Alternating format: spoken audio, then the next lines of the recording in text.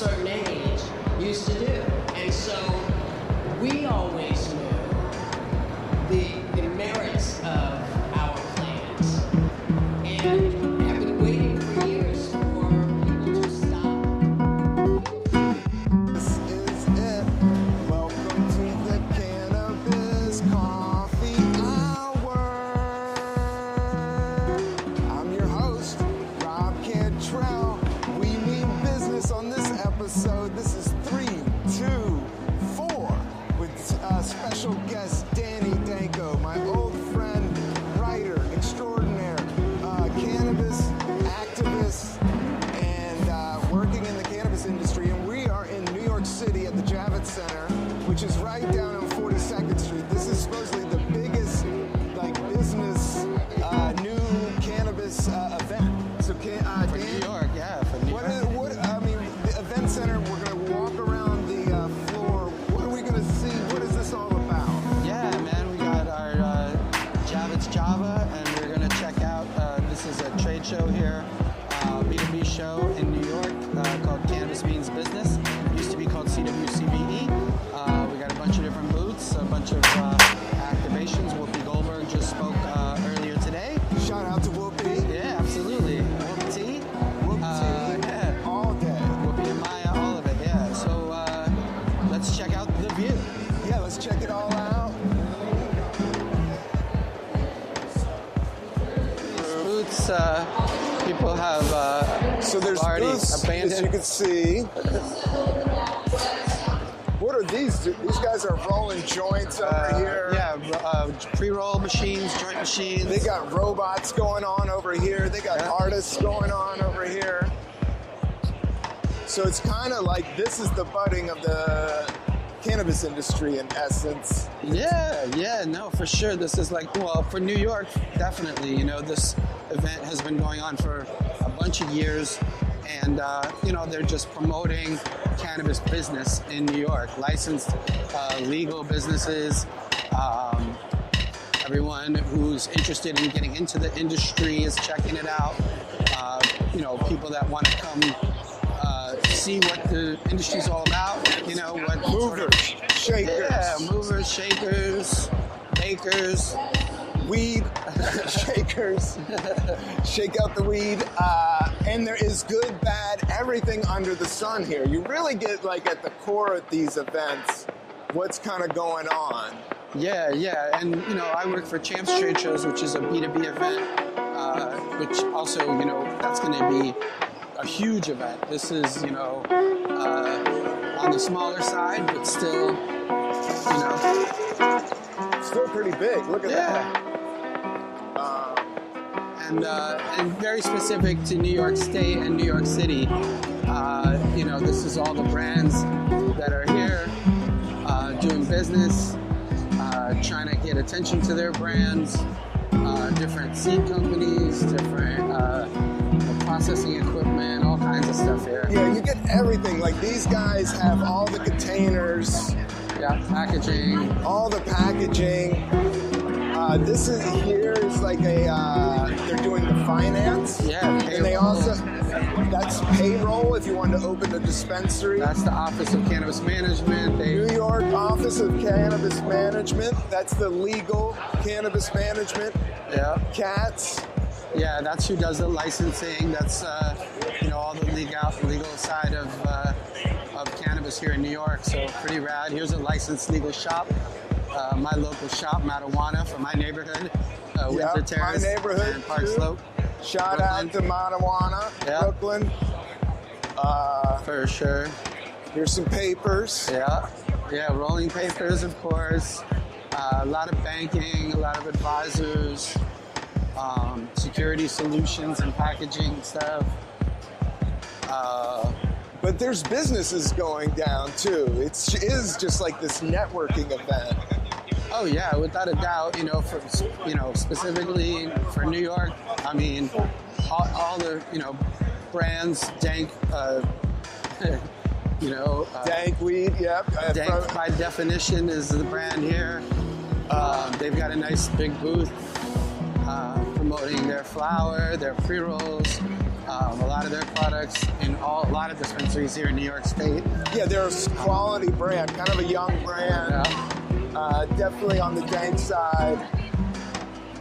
But yeah, I've enjoyed their pre-rolls. And then this is Whoopi's new tea. Have you tried any of this? Not yet. No, This? I've had Whoopi-related products in the past for sure, but not the tea just yet. But pretty rad. Yeah, pretty rad. There's Whoopi's tea here. I had a shot of it. It was okay. It was good.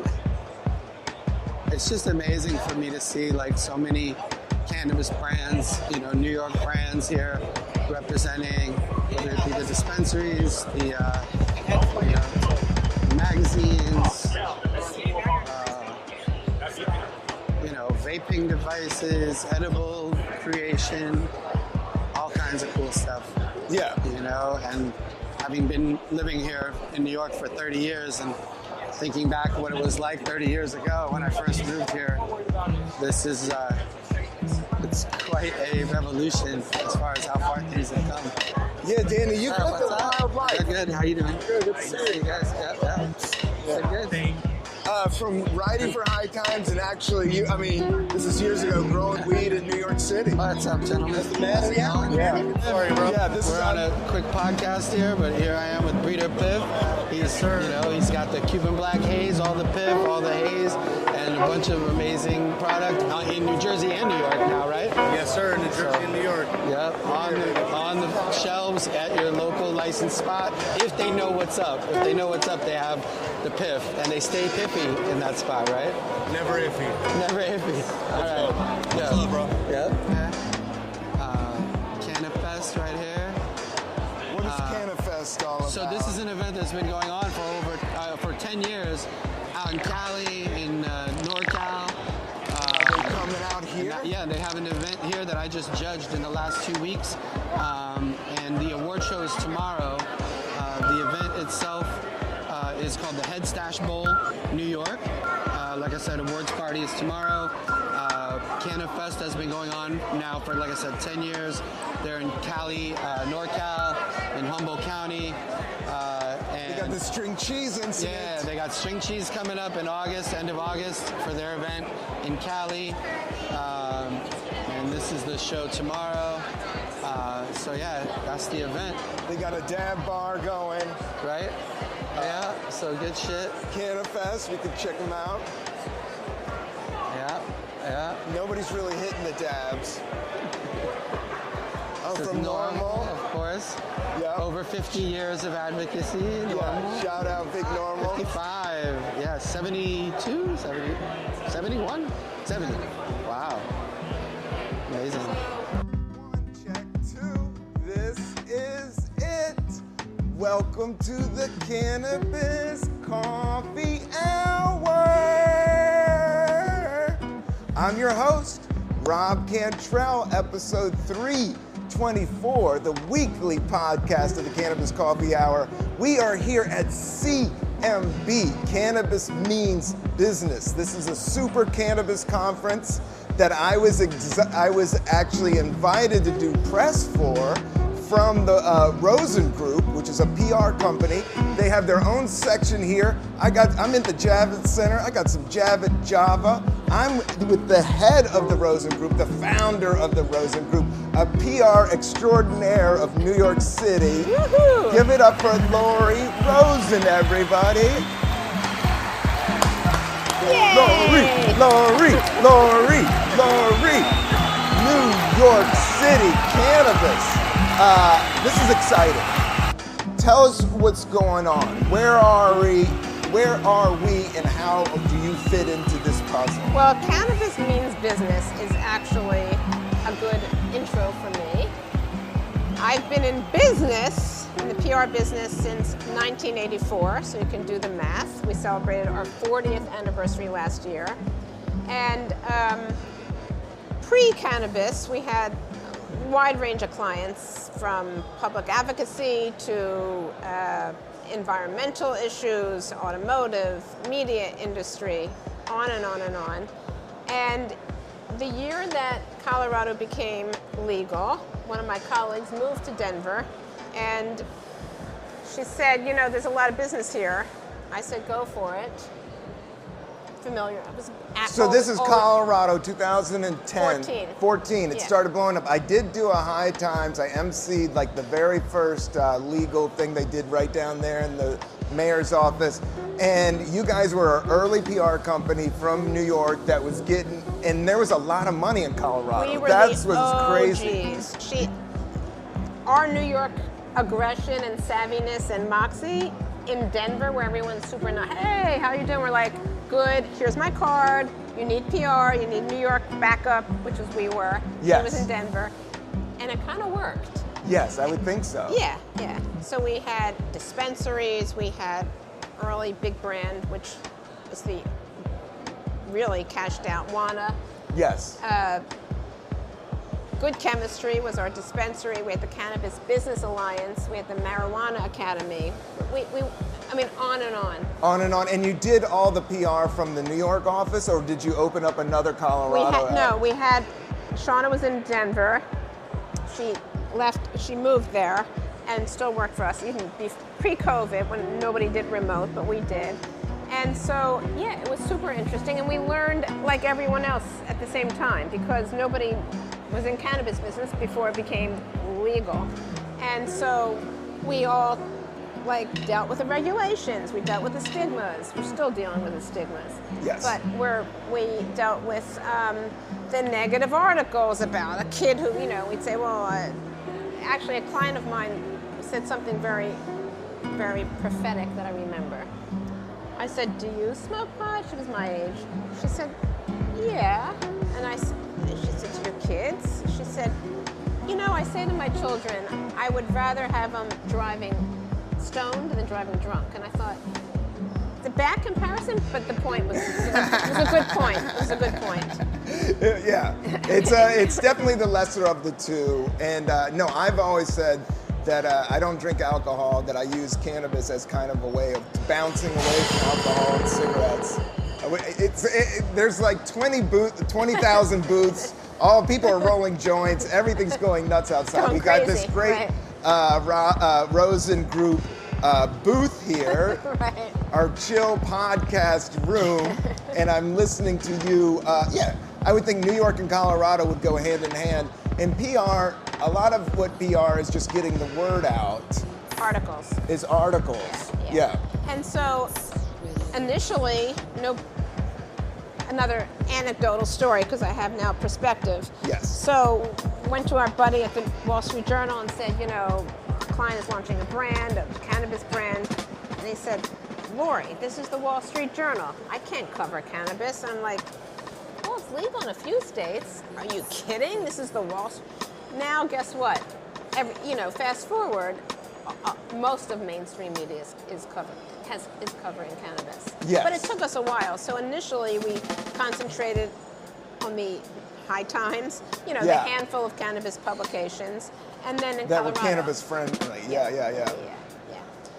And then so Colorado. have things changed. Yeah, 100%. And as much as they've changed, there's still stigma. Yes. There's still eye-popping. Yeah, it's not normal yet. It is not normal, and it's every single time we started with a new client, that was their first thing. We're going to educate consumers and destigmatize it. We say, okay. It still needs it, yeah. Yeah, it still needs it, and especially with New York, all the illegal ones kind of went crazy. It's not helping. It's not good, and that's why I love the legal market in New York, and that's why I do love the mainstream, whether it's the PR company or whether it's Walmart. How close do you think major corporations are going to start, there seems to be, in terms of money, I've been doing the podcast for a while, and I understand money and I understand numbers, but it's not there yet. It's so interesting you said that, because for about 5 minutes, maybe 5 years ago, there was this whole, P&G companies or CPG companies are getting into cannabis and they're going to put it in their hamburger mix and this and that. Let's see how far that went. Yeah. At all. It was all. yeah. And the pharmaceutical industry is still super strong, and they're not letting nutraceuticals get onto the market yet. Eventually it will happen. Maybe the new cook is running our Secretary of Health will help that a little bit. Junior, yeah. Yeah. But we'll see. We'll see how that all plays out. But I do think in terms of a health aspect, there are like there's mental health stuff coming out about cannabis. Yes. But at the same time, like the hemp seed has so much good oil and so much good protein. And then our plastic situation with, how much the plastic and how much we're generating of plastics out there. Like I do think industrial hemp, especially for America and globalization, like, we could use the hemp for the plastic. That's the only thing that people can talk about how annoying some of the weed stuff is out there. I think it's just a new market and there's going to be money to make eventually when everything pans out. It's interesting because the psychedelics and microdosing, that's like in our world. We think it's the next trend, but are we living in our bubble? To a certain extent. Yes. Yeah. To a certain extent. I think in the smaller communities, but sometimes, those are the communities that do need it because prescription drugs are getting so expensive. 100%. And there's really not much to do. And to get off the internet and smoke a joint and learn how to play guitar is something I think everybody should get into. I'm gonna turn this interview around. I have some lightning round questions. Oh, for me? Yes. Sure, Lori, hit me up. I have to find them, but I just remembered because I did this. I moderated a panel earlier, and it was such a big success that I think we're going to enjoy this. But keep talking because it's going to take me a minute to find them. Lori is here with her group of great PR people, and they're meeting with new. It just seems to be the Javits Center is like the biggest venue in terms of having an industry thing out there. It's like going to the Madison Square Garden of industry things that are like, it took me a while to get my head around the cannabis industry going to these events because I think it's going to be some big parties. And there are people smoking pot outside, but it's a lot of people trying to figure out the industry from all these different angles. So there's a tea group out there. Shout out to Whoopi's Arnold Palmer. It's hitting. I had some. Was it good? Yes, delicious. I love a good Arnold Palmer. And then it has enough weed in it that I felt it enough. But it's 10 milligrams. But it's interesting that you said that about the Javits Center because the Javits Center has the auto show and the boat show and the chemical society down the block. And the fact that it has cannabis here, this is its 10th year that the Cannabis Means Business group is here. That's pretty incredible. And initially the organizer said, Javits said, we're going to put you in a little corner because you're are you sure? You think you can handle this venue? Yeah, and now they're all in. They're all in. Yeah, it's so funny rolling up to the Cannabis Means Business CMB outside. So it has a little bit of the people that are official, and then there's a little Grateful Dead. You see some hippies. You see a few hippies with the hacky sacks, but then there's a chemist. Actually, there's a big farm thing going on right next door. So it's like the two different crowds. So I was walking from the subway in yesterday, and I was next to a guy, and I said, "You going to Javits?" He said, "Yeah." I said, "Hurry up, walk fast with me." Yeah. So he starts walking. I said, "What do you do?" And he said, "I have the materials that, And I said, "Oh, so that's like the background that you help cannabis growers?" He goes, "He was at the chemist." He was the chemist. He was making Oxycontin. He was making Vicodin. That guy. That was a whole other Dilbert crowd was in the house. But they were doing great. It's just great that how mainstream and how big. And I have been doing these events with High Times early on. And the minute that they opened them, I don't know, the High Times brand went all over the place. I think they grew too big and sold out too fast. And then they got some hedge fund money came in, and that didn't help. Yeah. It's not been good. It's not because it was such a classy, cool, old brand. I know. Because you look at the Grateful Dead right now, and like that brand, like it's just lasted throughout the years, and it was the same type of crowd. But you have to cater, as you know, you can't bullshit your crowd. Like you can't do a minute, but I don't know. The Grateful Dead, like pot fans will definitely figure out if you're not a pothead. 100%. Or if you're not pot friendly. If you're holding back, that was the thing about working at High Times. Like anytime they had a venue, they would make sure that you were definitely allowed to smoke weed. But they were like underground when they first launched. Yeah, super underground. This is like a big mainstream, like, what do you think the biggest, I saw security cameras out here being sold. Like there's a whole, like almost military, security cam, which is, these dispensaries make so much money. I think I saw them too, and it's probably for, they don't want anybody stealing their stuff, even though everything's underneath the case. In terms of PR, what are the big dispensaries right now? Who is making the most money? Who's generating the most noise in New York City market? That's what I think people would be interested in. That's a good question. The travel agency is a good... Yeah, travel agency, solid, and classy. One of the originals. One of the originals. What's distressing is that the rents are killing this dispensary. Like, is that what's happening? Yeah. Because there was a lot of money behind the travel agency. Matawana interviewed her very early on, and she had help from some of those. What was it? Legacy growers. Yes. So that was kind of a way to get people that didn't have such big money in the business. But yeah, it's expensive business. It's too expensive. I mean, Charlie Fox, it's a big, beautiful dispensary in Times Square. They went there for foot traffic. You're going to Times Square to see Wicked. You're not going to buy it. Yeah. And the rent is extraordinary. So we'll see. But opening a dispensary, even in California, just going back to LA, like this friend of mine, I flew in, I hadn't been back since the pandemic, was like, oh, Rob, I know you love weed, I'll take you down to the big dispensary. And it was like, I think it was Mr. Meds, that was like the big one that was out there. Mad Med. Yeah, Mad Med. Yeah. And she wasn't that big of a weed smoker, so she wasn't up to date. So we pull up, and that place is empty. Like the place is just empty. So yeah, as everybody knows right now, everybody thought cannabis was going to be this big gold rush, and there is money, but it's very hard to figure out who has it and what's going on with it.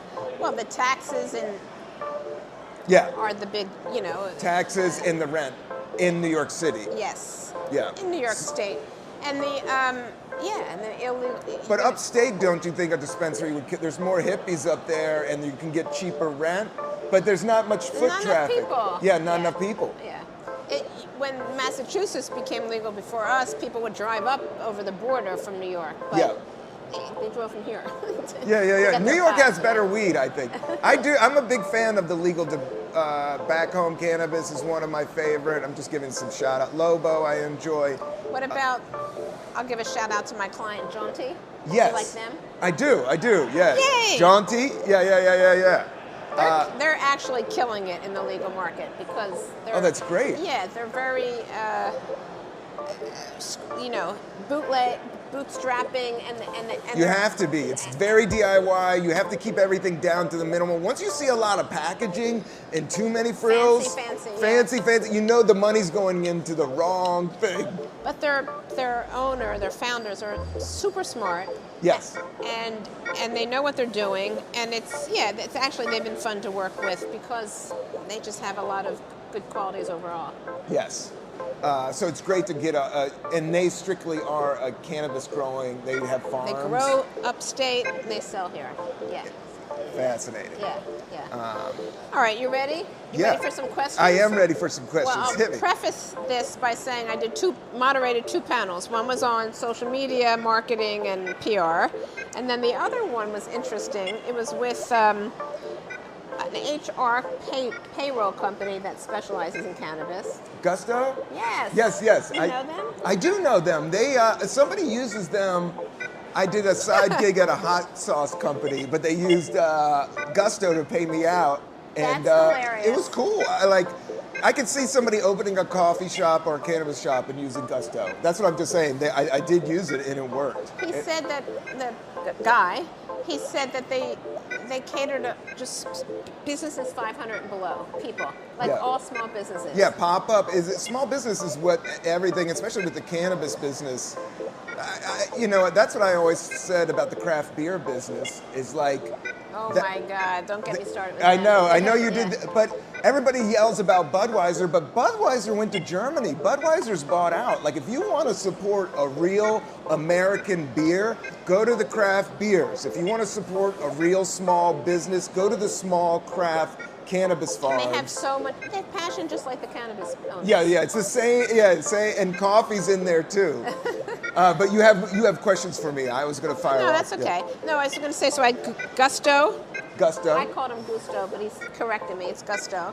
And then I had the head of NCIA, the National Cannabis Industry Association, a young man, super smart, super intentional, super articulate, and he. So both of them were good. Yes. So all of my panelists had these questions, and because you'll probably be the best one to answer them, here we go. Ready? Okay. Vaping or edibles? Edibles all day. No vape. That's technology I don't need. Yes or no? Federal legislation will be passed under the current administration. I'm going to say no. I don't think he's going to pull the trigger. I think he's never been a weed dude. Ever been a weed dude. Like, he likes money, but it's not the big type of money that he's associated with. And he said it on the campaign trail. Oh, what a surprise. He's forgot about it. Yeah. Okay. He might. I don't know. Politics is weird. Everyone said no. Yeah. Yes or no? You've smoked pot with your grandmother. Oh, I wish. But I did not. I did not. Yeah, she was a woman from Michigan and a woman from Virginia. Both Grammy.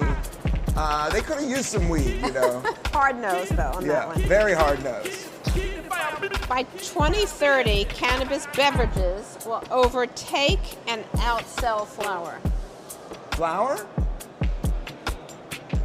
Whoopsie. Yes. Yeah, whoopee tea. Yeah, all day. No, I love it. I don't trust the alcohol seltzers. I'm not an alcohol person.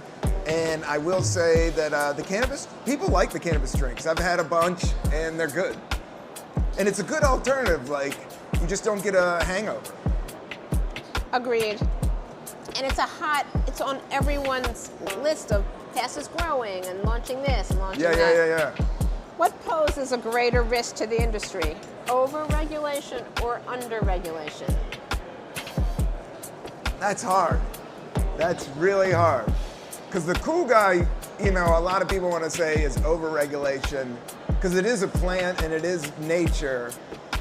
But at the same time, with the fentanyl crisis, I was so glad that the legal market here in New York opened up because there's the underground weed just got too dangerous. Like, weed shouldn't be dangerous. Now all of a sudden the weed got dangerous. So I don't know. I would say in the middle. That's a good one. Yeah. You want everything, you want balanced both. Right. And we're all looking for balance and peace of mind, so find it in the middle. Frankly, I was impressed that most of the experts said that, what you said, more on under-regulation. Because if you rewind, every other panel has been, we're over-regulated, it's too much this, too much oversight. So I was surprised that people thought the opposite. Yeah, cannabis, and people hate being told what to do. It's something what I've learned in this life. Right. But at the same time, I do think it needs to be regulated. So, and it's natural. So, yeah. Should be. Yeah. All right. What's your favorite munchie? My favorite munchie right now. Coffee. Coffee, yeah. Coffee, and then, my favorite is coffee, and then I just love those coffee cakes. Especially the New York drizzle. Way. The drizzle coffee, just that thing. That is one of the best. But a good calamari is great these days. pizza, and then a lot of salad. I'm getting heavy into my salads. Grilled calamari or fried? I mean, I would want fried to taste better, Right. but if they did it the grilled right, I would like it. And it's all about the marinara sauce. So if they got the good marinara with the good grilled, I think you're in heaven. All right. Fill in the blank. Consumption lounges will be as ubiquitous as bars by the year. 20, I'd say 30. I would say 2030, 2033. The thing is, I do think the money is in the next level of money is in the consumption lounge and doing it right. But I think you would have to sell merch. That's what I think America should look at Amsterdam and really study the coffee shops and really study how the ups and downs of that. Because I do think coffee and cannabis is the safest place to have like a consumption lounge. It's not alcohol. It's interesting that you said that because you think of Amsterdam as the hash bars, but not the coffee shops. Yeah, but they do drink coffee, and that's where they put it. And they also have a section of town. That's what I think New York should do. Oh, you're right. Fashion district, flower district, cannabis district. Cannabis district. And Wall Street. So all the kids know, like, this is what happens here, and this is what happens here, and everybody knows what's up. And Kind of used to be Greenwich Village back in the day. yeah. It used to be Greenwich Village was like the weed spot for sure. That park is where you would definitely find it. Right. Yeah. All right, would you trust AI to pick your strain? Never. I'm not AI. I know everybody's everybody keeps telling me about chat. I can do it. I understand it. But the things I don't have a tattoo. I don't deal with AI. And I've never done cocaine. Ooh. So those are the three things Ooh. I'm trying to stay. But it's not judging anybody else. All three of them All three of them. do I'm not trying go together, but that's all right. Yeah, but no judgment if you have a tattoo or enjoy cocaine or enjoy AI art. All right, you're going to like this one. What's a must-have song for your high playlist? Music guy. See, you like how I turned this around? Yeah. I mean, I have so many. But I mean, anything dub reggae is always good. Anything just like, I mean, Bob Marley, of course. But then there's Dubstyle. What is Dubstyle? Check out them. They're from Brooklyn. It's a new dub reggae coming out of Brooklyn. They're producing it. It sounds really clean and mean. So I love that. I love hip hop, like Tribe. I've been going back to Jungle Brothers. I'm going back to all these like native tongue. You just reminded me, I never watched that Bob Marley movie, and I want to. Oh, it's a great film. Yeah, great movie. Right up there with the Bob. Did you see the Bob Dylan one? Oh, of course. You saw that? It was great. Yeah. Christmas Day. Christmas Day was there. Chalamet all day. Bob Dylan's great. Early weed guy. Early rap guy. They didn't show that in the movie, did they? His weed? No. No, but it's that one definitely, he came from the beatniks. Yes. And the beatniks definitely were, kind of, the folkies were all kind of the pot guys. But yeah, not that big. But then, working with the band and Woodstock, there's this really old hip. What I'm a big fan, I like Bill Graham Presents, I like Grateful Dead, I love that history. And so Woodstock and all that upstate New York that I'm not familiar with, but is so beautiful and nice, it's just, I'm fascinated how cannabis is going to grow up there. So I'm going to make you jealous because one of our non-cannabis clients is Bethel Woods. Oh, wow. Which is the original site of Woodstock. Yes. Yeah. And they have wonderful concerts there in the summer. Yes. Their whole series. They have a whole series and a great film festival up there. Like, I don't know, I do think with COVID, like a lot of the arts, I'm staying in Brooklyn, and there's a lot of stuff, New York's never not popping off. No. People always try to rag on New York. It's back on steroids. It's back, and if you did a little bit of digging, you'll find something even more funky and weird because they're doing it. The kids are out there doing it. They'll never stop doing it here. But I do think, upstate is really interesting with all the bands. And Fish is. Oh yeah, performs Fish. there Yeah. We just bought tickets. I got some Fish tickets for the Forest Hills show. Oh really? Yeah. So I went to I haven't seen them in a minute. I went to see Neil Young there in Forest Hills. And how was that? Not good. What, the sound, was it him? Him. He just was cranky, the voice too old. He was cranky. He was too cranky. Yeah. And he's like an icon, obviously an icon. And my significant other is madly in love with him more than me. And even he was like he wouldn't even say hello to the sound was a little messed up for him. The Forest Hill Stadium is beautiful. It's such a cool spot to go to. Yes. But anyways, yes, we went there and didn't love him. Yeah. The old rock stars get cranky. Bob Dylan was the same way. Like you're just the sound, the crowd, the set list. It's just hard to pull it off with grace. But he was the one that kept on pulling it off.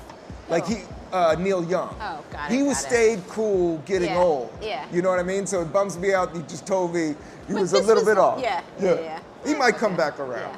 But you know who isn't cranky ever is Elton John. Yeah, He's the happiest guy around. Yeah, but he was very anti-cannabis. Just recently. Because of his drug past history. Yeah, past history, yeah. That's interesting. I didn't know that. Yeah. Just recently, and it bummed me out. I was like, oh. But I do think he's everybody from that era, I would say the 60s, and that's what I liked about David Crosby coming back to cannabis. Like all the guys that kind of went cocaine and heroin and alcohol, that's always been like the crux I found. Right. And what Gen X should have learned from the hippies was to, steer clear of it. Stay low. Yeah. But at the same time, money and people's psyche and stuff like that. It's interesting because Elton John, we saw his last tour. His last tour was like 5 years ago, and he's still doing his last tour. He just keeps performing. If you can pack a room, they'll keep booking you. Exactly. If you can pack a room, the number will always. I know they said Billy Joel's out, but he's coming. The number will always come in. I hope he comes back. I know everybody's loving. I love Billy Joel. Yeah. I love the Glass Houses album. I remember all of it.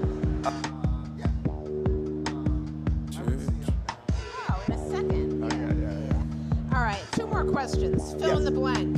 The next big cannabis category is? The next big cannabis category is going to be...